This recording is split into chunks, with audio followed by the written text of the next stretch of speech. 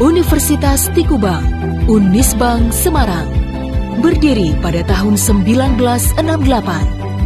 52 tahun mengabdi pada negeri, menghasilkan lulusan yang berkualitas dan unggul, memenuhi kebutuhan industri, menumbuhkan jiwa kewirausahaan. Entrepreneurial University based on IT, Unisbang hebat.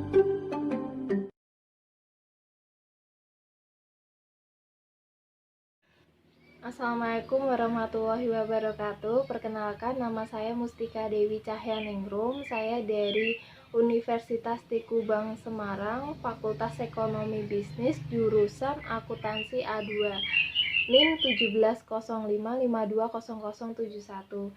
Saya di sini akan menyampaikan materi atau akan mempresentasikan materi audit investigatif dengan teknik audit. Audit investigatif dengan teknik audit. Audit merupakan suatu yang sistematik untuk memperoleh dan bukti yang objektif menyatakan pernyataan tersebut dengan kriteria yang telah ditetapkan, serta penyampaian hasilnya kepada pemakai yang berkepentingan.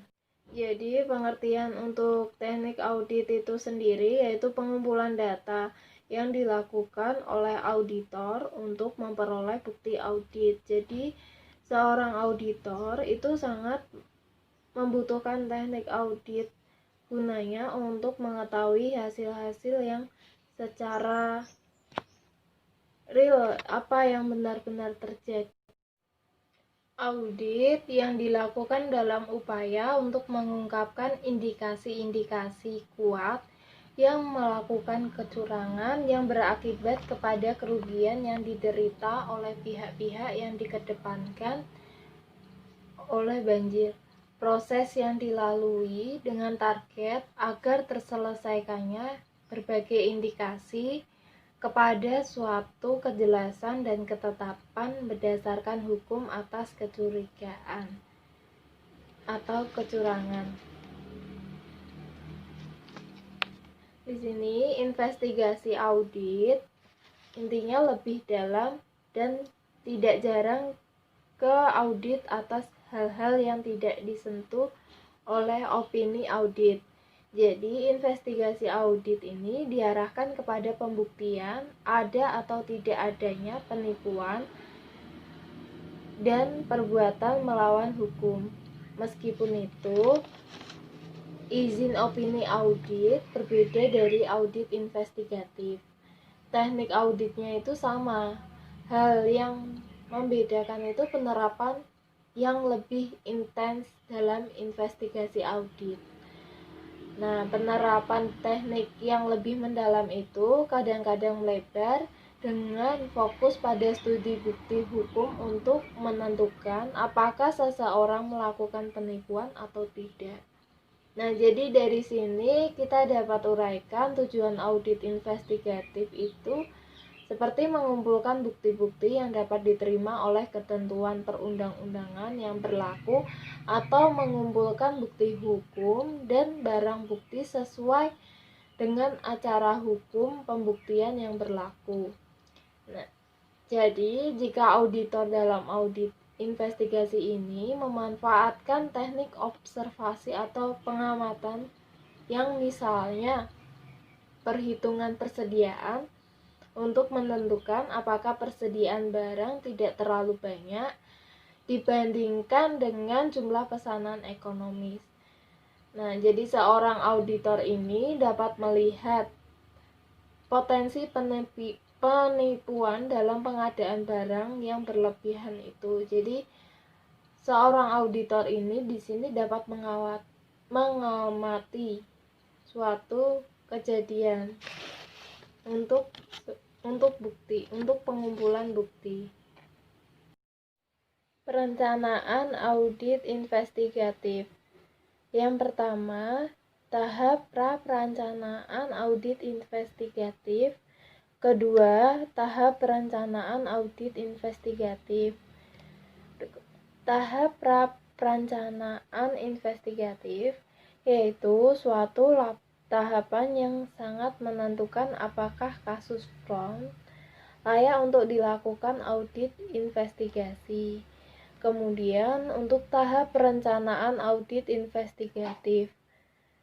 Yang pertama, tahapan ini hanya diperlukan apabila telah cukup alasan yang valid untuk meyakini bahwa suatu kecurangan itu terjadi. Oleh karena itu, perencanaan harus mencangkup semua kemungkinan yang mendasari dugaan terjadinya kecurangan dan penyebabnya. Identifikasi masalah dirancang untuk mengidentifikasi dan mengkonfirmasi suatu masalah, tetapi bukan untuk memberikan gambaran penuh atas semua aspek kesalahan tersebut. Suatu auditor menetapkan hal-hal dalam perencanaan audit investigasi, yaitu seperti penentuan tujuan audit, penentuan ruang lingkup, penentuan tim audit, penyusunan program audit, penyusunan anggaran waktu, dan biaya audit. Nah, pelaksanaan audit investigatif itu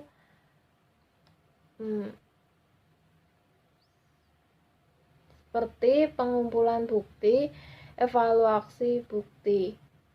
Nah, apa saja sih teknik-teknik audit itu?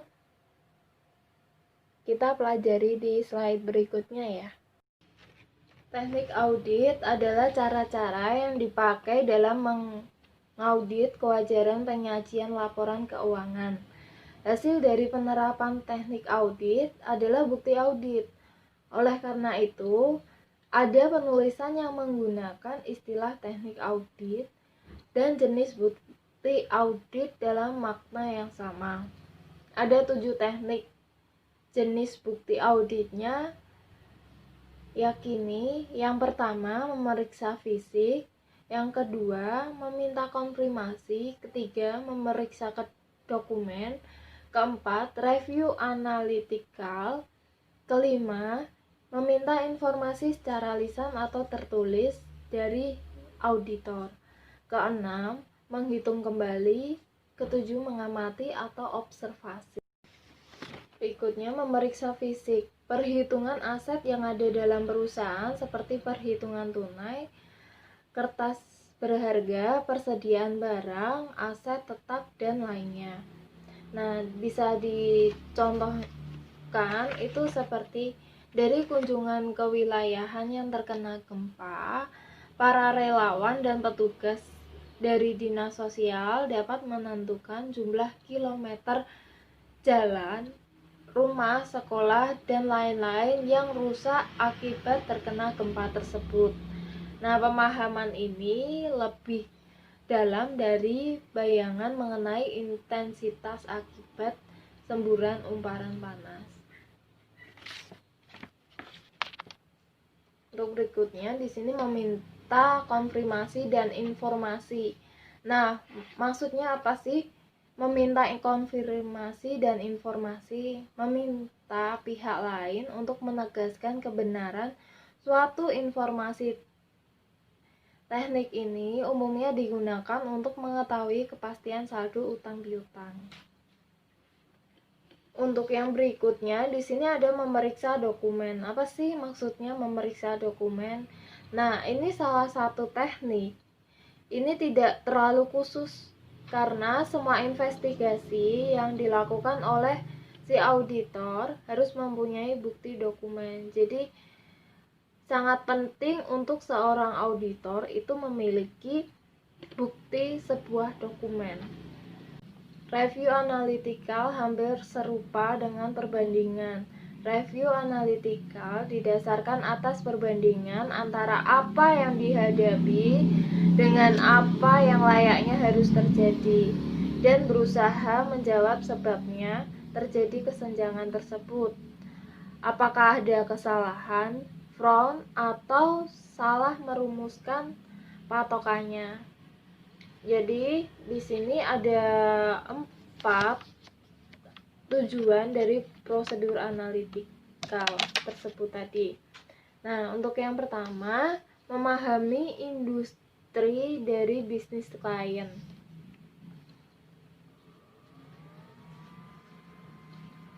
Itu apa sih maksudnya? Nah, maksudnya di sini adalah auditor diharuskan memperoleh pengetahuan berkaitan dengan industri dan bisnis klien sebagai bagian dari perencanaan audit tersebut. Pada prosedur analitik yang membandingkan antara data keuangan perusahaan dengan tahun sebelumnya, perubahan-perubahan yang terjadi harus diperhatikan. Untuk yang kedua, menilai keberlangsungan perusahaan. Prosedur analitik seringkali digunakan sebagai indikator untuk menentukan apakah entitas sedang mengalami masalah keuangan atau tidak. Nah, beberapa dari prosedur analitik ini dapat membantu auditor menilai kemungkinan pilot. Contohnya itu seperti rasio hutang jangka panjang atas nilai bersih perusahaan yang di atas normal. Nah, bersamaan dengan rasio laba atas total aset yang lebih rendah dan rata-rata itu mengindikasikan besarnya rasio pilot. Untuk berikutnya di sini ada mengindikasikan adanya kemungkinan salah saji laporan keuangan. Jadi apa sih salah saji laporan keuangan itu? Dapat menjadikan salah satu sebab bagi fluktuasi yang tidak wajar. Nah, adanya fluktuasi itu tadi yang tidak wajar yang ditemui ketika melakukan komparasi data keuangan tahun ini dengan tahun sebelumnya. Jadi ketika fluktuasi yang tidak wajar nilainya sangat besar, maka si auditor itu tadi harus menemukan sebab alasan terjadinya fluktuasi tersebut dan memastikan bahwa hal tersebut disebabkan adanya suatu kejadian ekonomi yang valid. Alih-alih itu dikarenakan salah saji akuntansi. Untuk berikutnya, keempat, itu mengurangi pengujian audit yang detail. Jadi manakala prosedur analitik tidak menunjukkan adanya fluktuasi yang tidak wajar. Hal ini berdampak pada kecilnya kemungkinan salah saji material. Dalam hal ini, prosedur analitik menjadi bukti substantif yang mendukung kewajaran penyajian saldo neraca yang bersangkutan. Kemudian di sini ada meminta informasi secara lisan atau tertulis dari si auditor itu. Nah, prosedur yang bisa dilakukan oleh auditor, hal ini sangat penting dikarenakan sebelum memulai investigasi yang dilakukan auditor, kita harus melakukan wawancara dan interogasi. Nah, untuk materi wawancara dan interogasi sebelumnya sudah pernah disampaikan. Nah, jadi bukti lisan atau wawancara merupakan bukti yang selanjutnya adalah yang merupakan hal audit. Auditor dalam melaksanakan tugasnya banyak sekali berhubungan dengan manusia, sehingga ia memiliki kesempatan untuk mengajukan pertanyaan secara lisan dan tulisan dalam bentuk wawancara. Masalah dapat ditanyakan langsung pada pihak yang terkait. Itu seperti masalah kebijakan akuntansi, lokasi dokumen, serta adanya pelaksanaan yang tidak wajar terjadi. Hal ini akan lebih valid jika auditor tetap melangsungkan wawancara demi mendapat jawaban dan bukti lisan tersebut yang dibutuhkan oleh seorang auditor. Kemudian di sini menghitung kembali. Perhitungan ini sejenis dengan pengujian atas keakuratan hasil perhitungan si klien. Hal ini berguna untuk mendapatkan kebenaran transaksi, ketetapan untuk ketetapan otoritas transaksi akuntansi klien dan kebenaran. Jika auditor memiliki keyakinan bahwa transaksi tersebut telah dicatat dengan tepat, maka auditor dapat meyakini bahwa saldo total buku besar tentulah benar. Untuk sebagai contoh, biaya yang dikeluarkan oleh BUMN di mana mempunyai kewajiban memberikan pelayanan umum. Keterlambatan pembayaran PSU mempunyai dampak yang besar terhadap likuiditas BUMN yang bersangkutan. Nah, contoh dalam penyelesaian keputusan Kementerian Keuangan, pemutusan kewajiban pada data terakhir. Mengamati penggunaan alat indera untuk menilai aktivitas klien. Misalnya, auditor melakukan kunjungan ke lokasi pabrik untuk mengamati proses produksi. Nah, tujuannya apa sih si auditor itu mengunjungi ke lokasi pabrik untuk mengamati? Ya karena untuk mengamati aktivitas si klien itu supaya tidak ada kecurangan. Jadi benar-benar si audit itu menerapkan teknik yang lebih mendalam.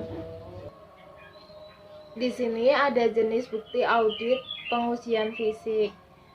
Yang pertama, konfirmasi. Yang kedua, jenis bukti dokumentasi ketika observasi atau pengamatan. Kemudian ada tanya jawab dengan auditan, pelaksanaan ulang, dan prosedur analisis.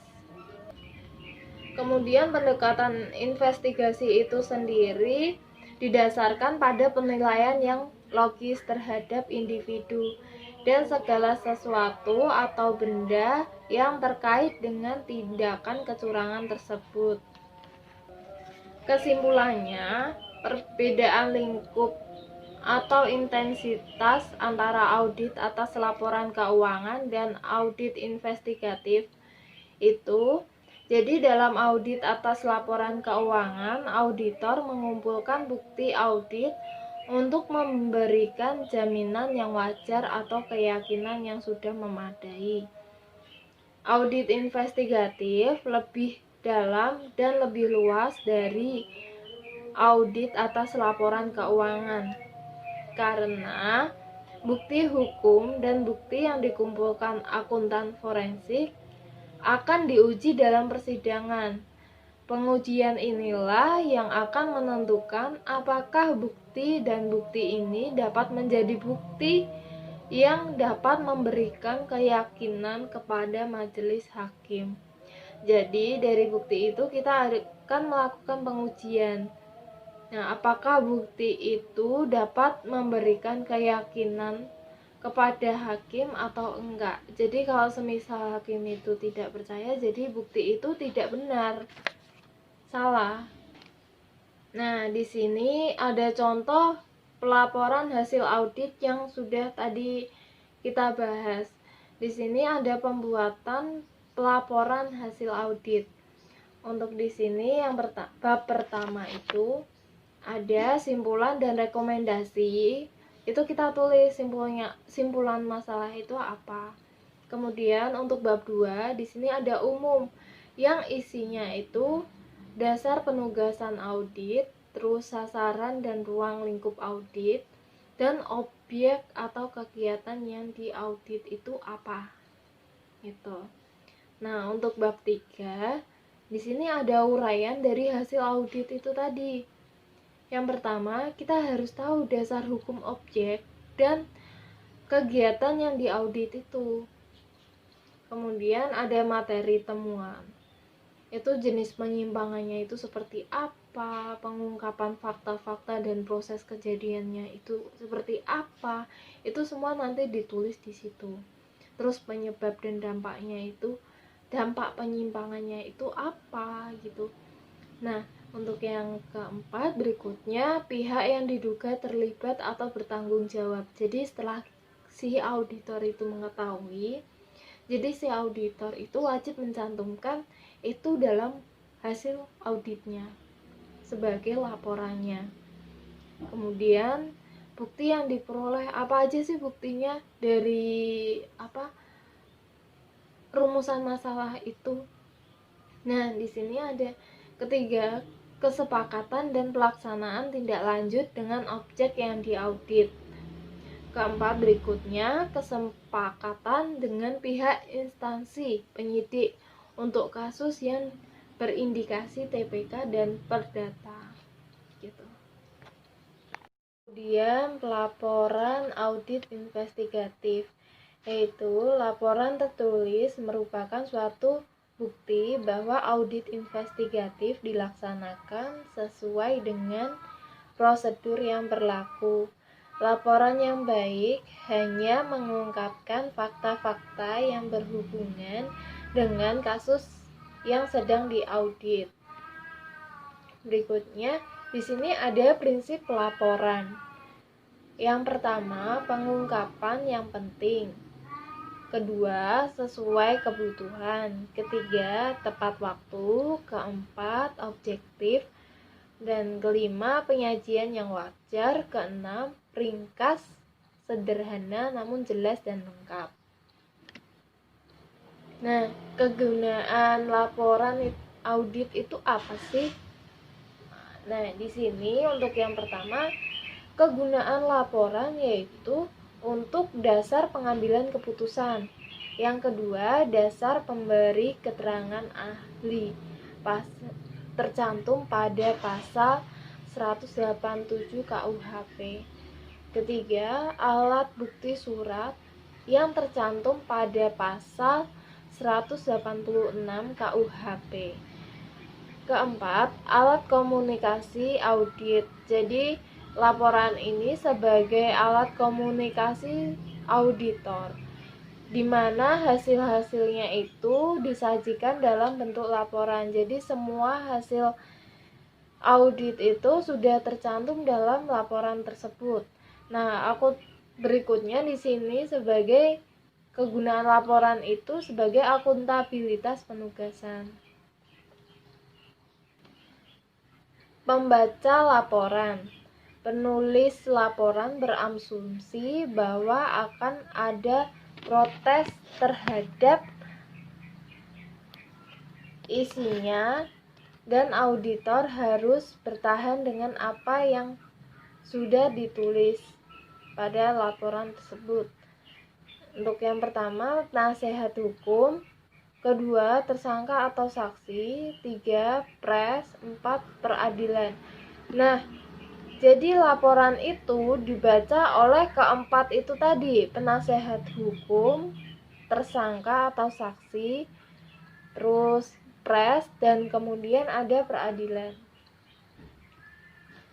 Nah, untuk berikutnya substansi laporan. Substansi laporan itu yang pertama, laporan itu harus akurat, jelas, tidak memihak, relevan, tepat waktu. Apa sih akurat itu? Maksudnya gimana akurat? Akurat atau akurasi itu seluruh fakta yang relevan harus didokumentasikan serinci mungkin. Konfirmasi ulang tanggal-tanggalnya dan informasi yang mendukung kepada responden. Jadi jika ada tambahan informasi, mulai itu entah tanggalnya atau detailnya, itu segera konfirmasi karena itu sangat mendukung untuk pada responden. Nah, kemudian ada jelas. Jelas itu maksudnya apa sih? Jelas itu di sini penggunaan istilah teknis dan kompleks hanya pada tempat-tempat tertentu saja dengan penjelasan yang memadai. Jangan menggunakan jargon dan istilah-istilah teknis yang tidak umum. Jadi istilah-istilah yang tidak penting itu jangan dipergunakan. Kemudian di sini ada relevan tadi ya. Relevan itu informasi yang disampaikan untuk membuktikan kasus dan kasus dan berusaha untuk mendapatkan informasi tersebut. Laporan hanya menjangkau permasalahan yang relevan dengan pelaksanaan pengujian. Itu relevan ya. Nah, untuk yang tepat waktu tadi, itu maksudnya itu ketepatan waktu suatu laporan akan menentukan tinggi rendahnya mutu laporan. Jadi, laporan itu diharapkan harus tepat waktu, karena itu menentukan tinggi rendahnya mutu laporan tersebut yang akan disampaikan itu. Nah, membuat laporan intern yang selalu diupdate sesuai dengan perkembangan pelaksanaan audit investigatif. Jadi, mau dalam membuat laporan itu, informasinya itu harus update gitu. Karena itu menentukan juga tinggi rendahnya mutu laporan itu tadi, karena kan terupdate. Di sini ada kunci keberhasilan teknik audit investigatif. Untuk yang pertama, mengerti dengan baik persoalan yang akan dipecahkan, apa yang akan diaudit investigatif. Nah, di pembahasan sebelumnya dijelaskan bagaimana akuntan forensik mengidentifikasi persoalan ini sih. Kemudian sejak tahap audit front yang proaktif sampai diterimanya tuduhan, dugaan, keluhan, dan temuan sementara.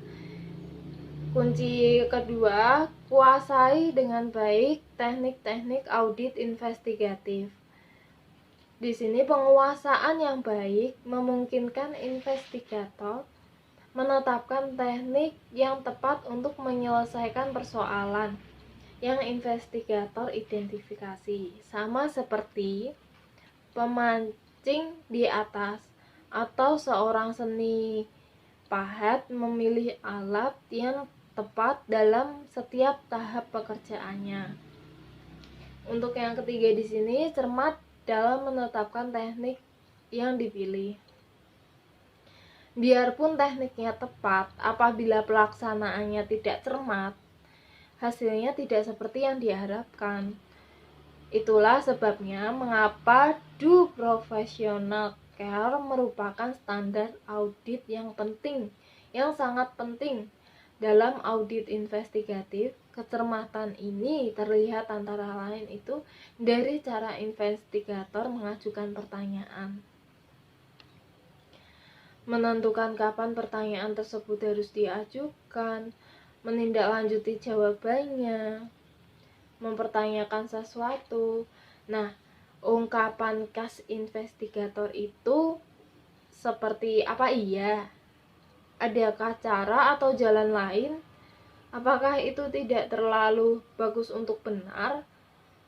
Dan seterusnya gitu.